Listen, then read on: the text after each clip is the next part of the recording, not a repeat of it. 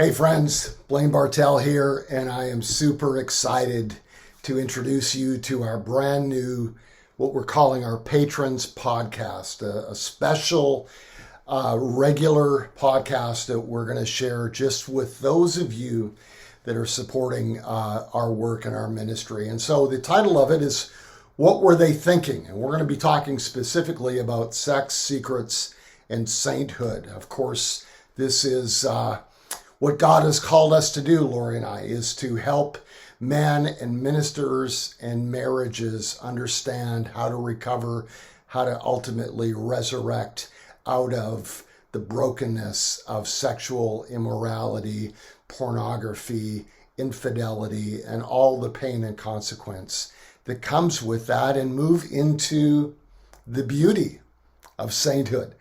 And I'm about to celebrate a birthday, and birthdays aren't exciting when you get to be my age. I'm about to be 64 years of age. And when I think about that, I really think, and Lori and I were talking about this the other night, that the next decade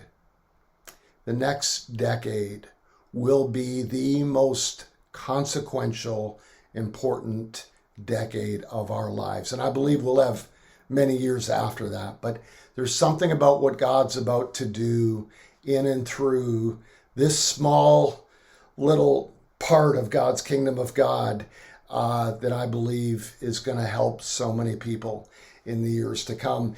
And when I think about some of the things that we're going to be talking about in this podcast, obviously I go back to 15 years ago when I was sent to rehabilitation in Phoenix, Arizona, after disclosing 20 plus years of sexual addiction and compulsion in the world of infidelity and lust and pornography.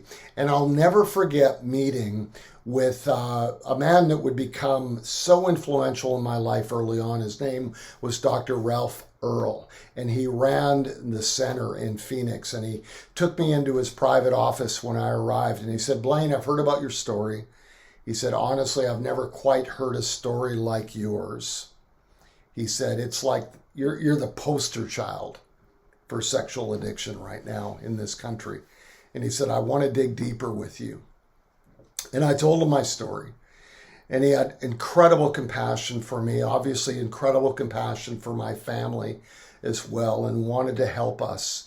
And he said, "I'm going to share a statistic with you that after I tell you, I'll never admit that I told you, because it was given to me in private, and I was told not to share it publicly. But it came from Focus on the Family." He said, "I grew up and was friends through university with Dr. James Dobson. We're still friends." And he said that Focus on the Family did an anonymous survey of pastors across the nation in America. And they recently, in doing all of this research, they recently discovered that 68% of pastoral leaders in our country struggle on some level with pornography. And of course, in that moment, as a pastor who had struggled with that, I was not surprised. In fact, I thought the number's got to be higher than that. But that may surprise you. And I truly believe that the work that we're doing in helping pastors and men and marriages to conquer this, to recover, to resurrect out of the brokenness of it, is going to be monumental in the next decade.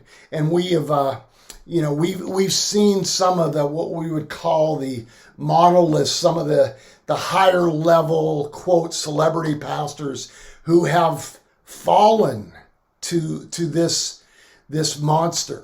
People like Robert Morris, who was recently taken out of his church and his pulpit in the prime of his ministry. Tony Evans, Brian Houston with Hillsong, Ravi Zacharias, Bill Hybels, Carl Lentz. The list, sadly, just goes on and on. And every time we hear about one of those, or somebody maybe that is under the radar, somebody in our personal world that we hear about something that happened, something that was exposed, we all go to the same question every time.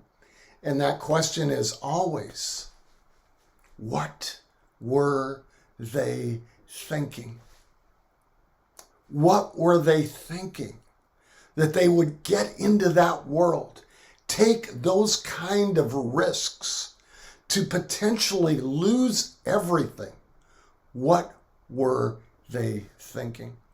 And you know, one of the answers I hear from a lot of people is, well, Blaine, they weren't. They just weren't thinking. And I'm going to push back and say, oh, yes, they were. Oh, yes, they were. They thought about this decision and the decisions that they made every single day. They thought about the lies that they were telling. They thought about the hypocrisy that they were living in. And I can tell you they thought about the consequences that could come should those secrets be exposed. They all knew what they were thinking. And the reason I know that is because I have coached and counseled hundreds and hundreds of senior leaders and ministers and pastors and worship pastors and youth pastors and men, and they all were thinking the same thing. I'm in trouble. I can't stop myself. I keep doing this. The consequences are going to be grave. And so the goal of this podcast is to equip, to inspire, to help, to assist those that are in crisis and those that are in trouble find the beauty of Jesus and the resurrection of Christ and the purity of heart that only Christ can bring, a purity of heart that God absolutely transformed my life with, but also to equip a younger generation to arise and emerge, whether they're in their teens or 20s, that never go down this road, to help them to see the truth and to be equipped to walk in the grace of God in this area. So I am inviting you into this journey. We're going to have guests with real dialogue. We're going to find answers. We believe that God is going to divinely intervene in this national epidemic that we're dealing with. And along with this introduction video, we're also releasing our very first episode. And it's called 15 Years Later. My special guest on the first episode is one of my best friends, Ron Luce. He directed the international ministry, Teen Mania. Many have heard of that ministry. He is an amazing man of God. He's been faithful to Jesus through his life. He and his wife, Katie, they have 3 beautiful children. And Ron was instrumental in discipling me and walking through my restoration. He was the first person that I disclosed all of my ugly secrets to. And so we're going to talk about that in that first episode, what it looks like to be restored, to restore the difficult and hard and grueling and gritty process and restoration journey, and what that looks like to help somebody that is in that world.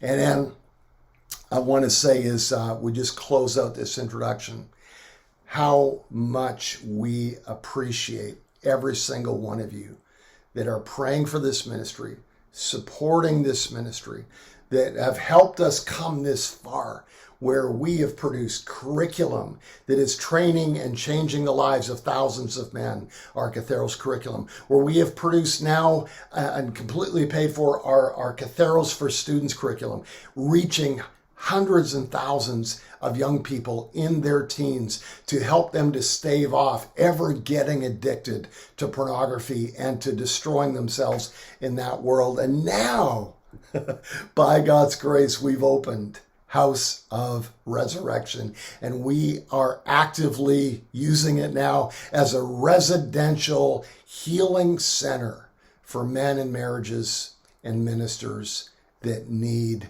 to experience the power and resurrection of Jesus Christ out of sexual brokenness. None of this would have happened without you, without your gifts, without your generosity, without your prayers, and I can tell you, without your encouragement.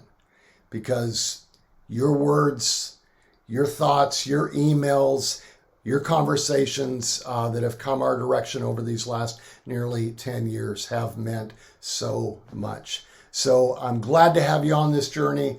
I just want to let you know how much we appreciate what you do. And I want to encourage you as we go through this, if you think of somebody that needs help, or you know somebody that needs help in this area, send them our direction. We will help them.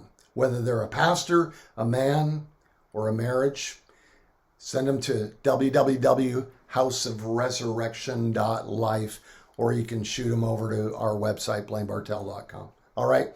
Love you guys. I hope you enjoy our first episode, and we'll see you then. God bless.